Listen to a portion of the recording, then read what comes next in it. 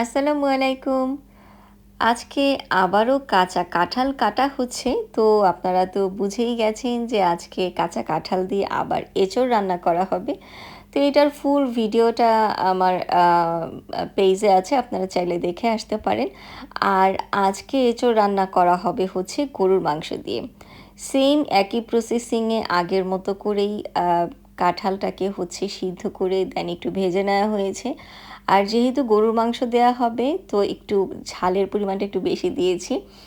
আর হচ্ছে মাংসটাকে আগে থেকেই রান্না করে নেওয়া হয়েছে। আর আপনারা হয়তো খেয়াল করে থাকবেন যে মাংসটাকে একটু ছোট ছোট করে কেটে নেওয়া হয়েছে, মানে হচ্ছে কাঁঠালের আর মাংসর সাইজটা একদম সেম রাখা হয়েছে।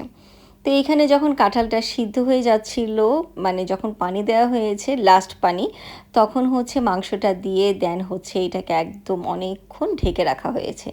এরপরে অ্যাজ ইউজুয়ালি পানি শুকিয়ে গেলেই এরপর হচ্ছে এঁচোড় রান্না রেডি।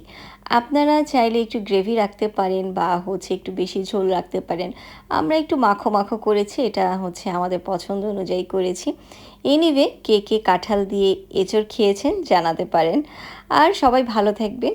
আজকের মতো আল্লাহ হাফেজ।